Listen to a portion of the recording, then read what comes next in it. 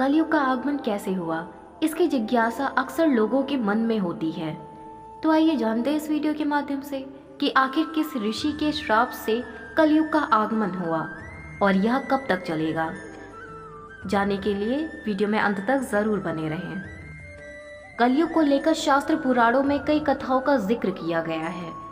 कलयुग के आगमन को लेकर महाभारत में भी उल्लेख मिलता है। महाभारत में वर्णित कथा के मुताबिक कलयुग की उत्पत्ति एक ऋषि के श्राप के फलीभूत होने से हुई।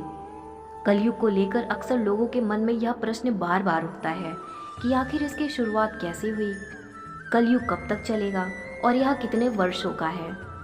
तो आइए महाभारत के आदि पर्व में वर्णित कथा के अनुसार जानते हैं कि आखिर वो ऋषि कौन थे जिनका श्राप फलीभूत हुआ तो कलयुग का आरंभ हो गया। सनातन धर्म के प्रमुख ग्रंथ महाभारत के अनुसार एक बार श्रृंगी ऋषि ने राजा परीक्षित को गुस्से में आकर श्राप दे दिया। दरअसल राजा परीक्षित अर्जुन के पौत्र और अभिमन्यु के पुत्र थे।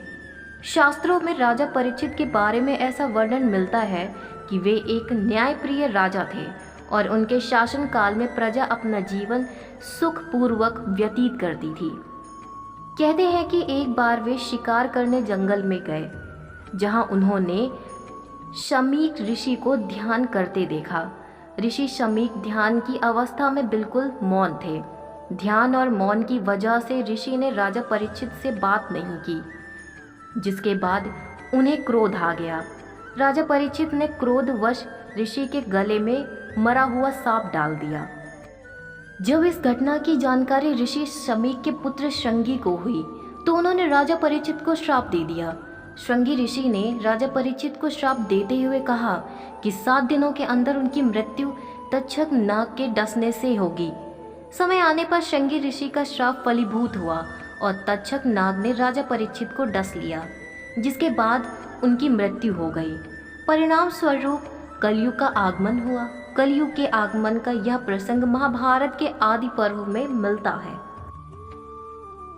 तो अब आइए इस वीडियो के माध्यम से यह भी जान लेते हैं कि कब तक रहेगा कलयुग और इसकी आयु कितनी है। कलयुग की पूरी अवधि को लेकर विद्वानों का मत है कि अब तक कलयुग के 3102 प्लस 2023 यानी 5125 वर्ष गुजर चुके हैं, जबकि 4,32,000 में से 5,125 वर्ष घटाने पर शेष फल 4,26,875 प्राप्त होता है। इससे स्पष्ट है कि कलयुग खत्म होने में अभी काफी समय बाकी है। शास्त्रों में कलयुग के 4 चरण बताए गए हैं। इस वक्त कलयुग का पहला चरण चल रहा है। भविष्य पुराण के मुताबिक कलयुग के चौथे चरण में मनुष्य की आयु महज 20 वर्ष की होगी। उम्मीद है आप सभी को यह वीडियो पसंद आई होगी। वीडियो को लाइक, शेयर, सब्सक्राइब ज़रूर करें। अब मिलते हैं किसी नई जानकारी के साथ, तब तक के लिए राधे राधे।